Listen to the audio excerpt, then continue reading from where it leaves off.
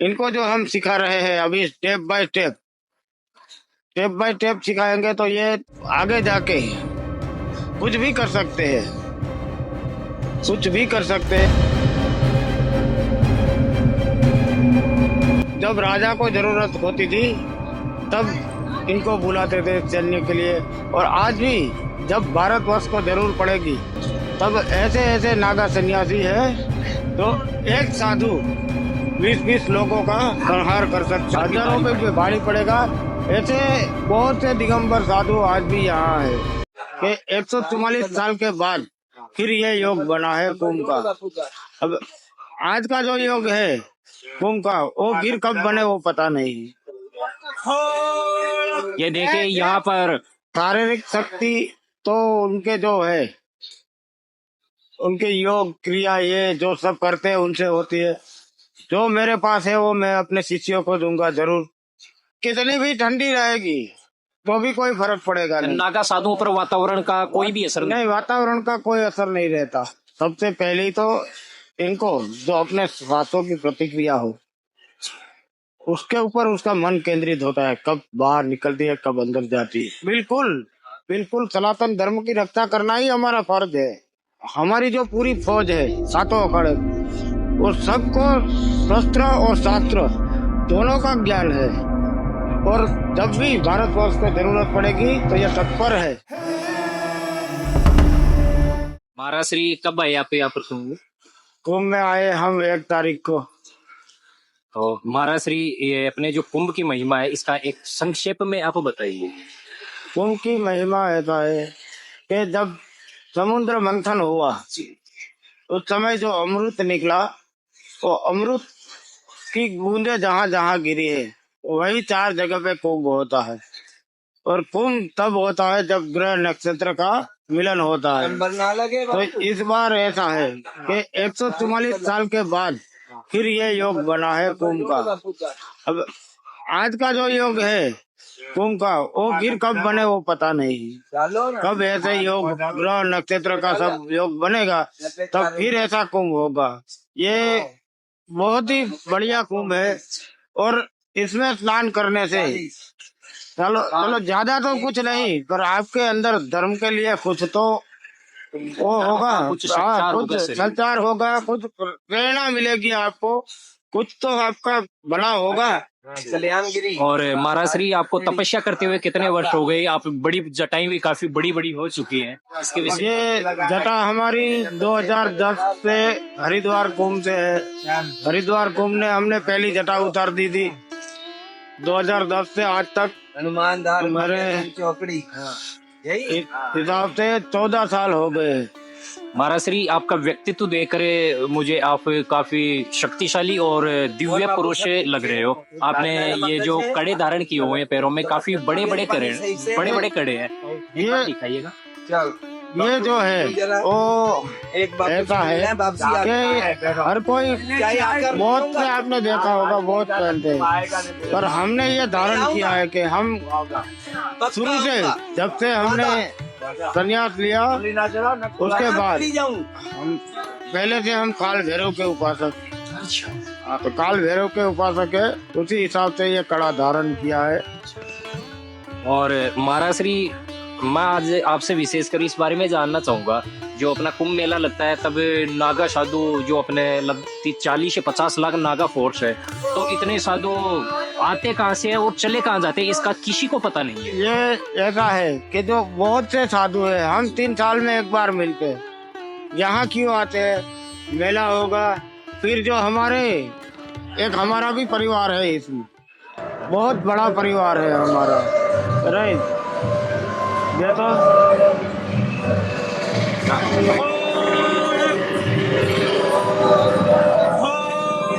ये देखिए यहाँ पर बाबा लोग यहाँ पर आए हुए हैं। ये देखिए इतिहास के पन्नों में इनके युद्ध दर्ज है नागा साधुओं के, जिनका अध्ययन करके और सुनकर हम गौरवान्वित अनुभव करते हैं कि अपने सनातन धर्म के लिए ये अपना सर्वस्व न्यौछावर करने के लिए तैयार रहते हैं। तो महाराज श्री अपने जो नागा साधु हैं इनकी शारीरिक शक्ति और दिव्य शक्तियों के बारे में हमें कुछ बताएं। शारीरिक शक्ति तो उनके जो है उनके योग क्रिया ये जो सब करते हैं उनसे होती है। बाकी तो जो जैसे गुरु के शिष्य है वैसी उनके पास जो मेरे पास है वो मैं अपने शिष्यों को दूंगा जरूर, साधना में ये वो। बाकी हमारे यहाँ जब विद्या होम संस्कार होते हैं, अभी हमारे अखाड़े में 27 तारीख को यहाँ है, हमने इसको शिष्य बनाया, और जब तक उसका विद्या होम संस्कार नहीं होता तब तक वो नागा पोस्ट में नहीं बढ़ेगा। जी जी। तो 27 तारीख का इन लोगों को संस्कार होगा। हमारे अखाड़ों की परंपरा में भाषा में बोलते संस्कार हो गए। फिर विद्या होम संस्कार करने के बाद जो हमारे आचार्य है वो हमारे आचार्य इनको मंत्र दीक्षा देंगे, अलग से मंत्र दीक्षा देके फिर उनको शास्त्र का ज्ञान करवाएंगे। और जब जब देश को और राज्य को जब राजाशाही थी तो राजाओं के पास बहुत से ऋषि रहते थे, हैं, तो वो लोग जब राजा को जरूरत होती थी तब इनको बुलाते थे सैन्य के लिए। और आज भी जब भारतवर्ष को जरूर पड़ेगी तब ऐसे ऐसे नागा सन्यासी है तो एक साधु 20-20 लोगों का संहार कर सकते हैं। 100 पर भारी पड़ेगा, कई हजारों पे भारी पड़ेगा। ऐसे बहुत से दिगंबर साधु आज भी यहाँ है। महाराज श्री ऐसा क्या है ये जो जब सनातन धर्म पर संकट की बात आई है तो मैंने देखा है फड़ा है कि जो एक नागा साधु 100 पर और कई हजार पर भी भारी पड़ता है, तो नागा साधुओं में इतनी शारीरिक शक्ति आती कहाँ से है? ये लोग जो अपने अपने हिसाब से तपस्या करते वो करते, जैसे आज तो ठीक है सर्दी का मौसम है, पर जब गर्मी का मौसम रहेगा तभी इसी तरह से धुना कभी भी ऐसे ही धुना लगाएंगे, ऐसा ही धुना हाँ ऐसे ही धुना लगाएंगे, ऐसे ही इसी अवस्थाओं में।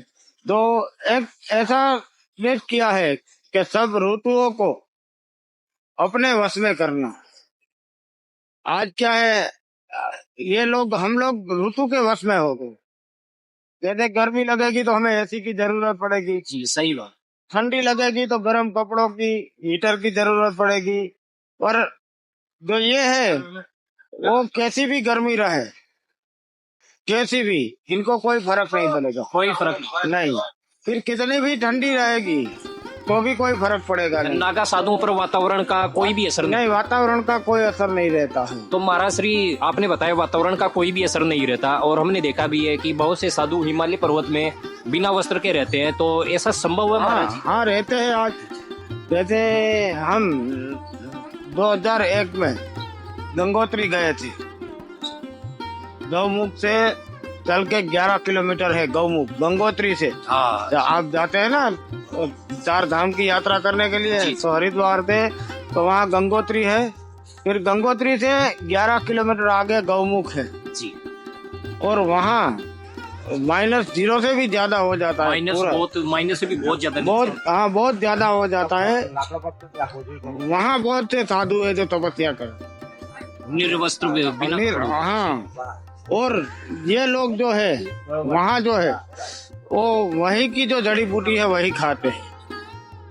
तो ये जो मैं देख के 2001 में मैं खुद गया था, मैं देख के आया।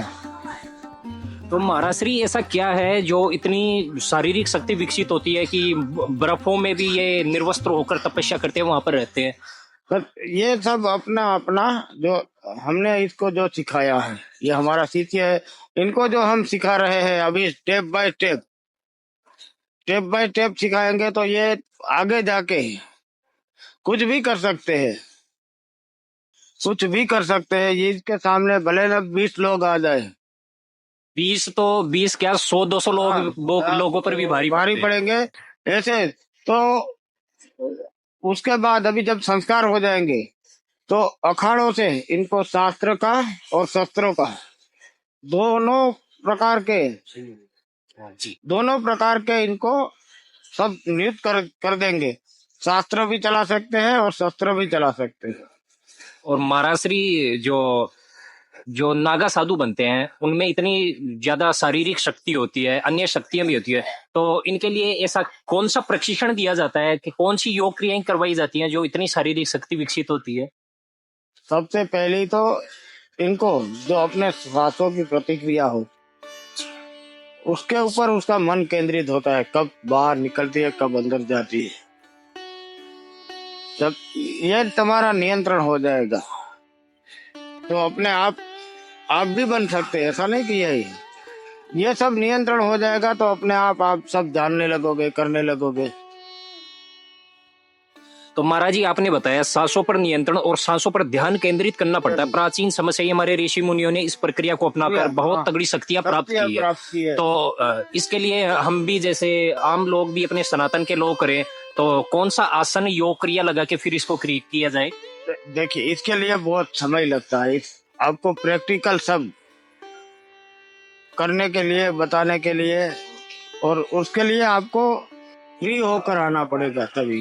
क्योंकि आज हम यहाँ आए हैं कुंभ मेले में हैं तो सबसे मिले ये वो कहते, हम जो अपनी साधना है वो अपने आश्रम पे छोड़ के आए हैं।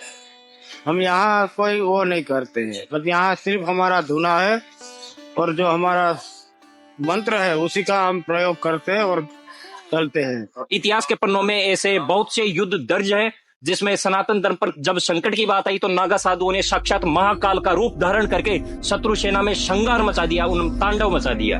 महाराज श्री जो अपनी नागा सेना है तो आपने उनके प्रशिक्षण के विषय में हमें बताया कि कौन सी योग क्रियाएं की जाती है और इतिहास में जब जब इन्होंने सनातन धर्म की रक्षा के लिए खड़े हुए हैं उनके विषय में कुछ बताओ।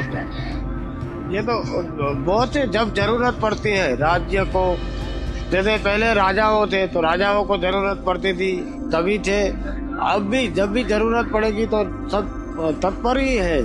अच्छा महाराज श्री आपका कहने का अर्थ है जब अगर अभी भी सनातन धर्म पर संकट के बादल छाएंगे तो आप उठ खड़े होंगे और शत्रुओं का संहार करोगे? बिल्कुल बिल्कुल, सनातन धर्म की रक्षा करना ही हमारा फर्ज है। दोस्तों हमारे को महाराज श्री की प्रवचन इनके श्रीमुख से हमने सुने हैं तो हमें बहुत अच्छा लगा है और हमें यह विश्वास हो गया है कि सनातन धर्म कभी संकट में जा ही नहीं सकता, इसका कभी भी अंत नहीं हो सकता, क्योंकि सनातन धर्म को समाप्त करने के लिए 1000 वर्ष से प्रयत्न किए जा रहे हैं। लेकिन इन जैसे दिव्य संतों, नागा संतों की वजह से ही हमारा ये भारतवर्ष और सनातन धर्म टिका हुआ है और इनके वचन सुनकर हमें लग रहा है कि सनातन धर्म कभी भी नष्ट नहीं हो सकता, यह अनादि है।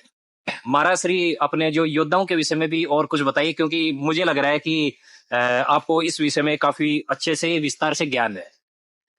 योद्धा तो बहुत से हमारे सातों अखाड़ों में ऐसे बहुत से योद्धा है, बहुत से। जैसे आप देखेंगे जब शाही स्नान करने के लिए जाते हैं तो सब अपनी कला प्रदर्शन करते हैं पूर्ण रूप से। कोई तलवार चला रहा है, कोई लाठी चला रहा है, कोई ये वो सब, और सबको जैसे हमारी जो पूरी फौज है सातों अखाड़े की, और सबको शस्त्र और शास्त्र दोनों का ज्ञान है और जब भी भारतवर्ष को जरूरत पड़ेगी तो यह तत्पर है।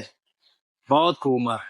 तो ये है भाई नागा साधु महंत हनुमान गिरी जी महाराज, जिन्होंने जो नागा साधु हैं इनकी जो फोर्स है बहुत बड़ी फोर्स है, लगभग 40 से 50 लाख नागा साधु हैं। उनकी शक्तियों के विषय में इन्होंने हमें जानकारी प्रदान की है और इन्होंने हमें दिलासा दिलाया है कि सनातन धर्म कभी संकट में नहीं आ सकता, इसका कभी अंत नहीं हो सकता, क्योंकि सनातन धर्म पर जब संकट के बादल छाएंगे तो यह साक्षात महाकाल का रूप धारण करके शत्रुओं का संहार करेंगे। ठीक है महाराज जी, जय महा जय।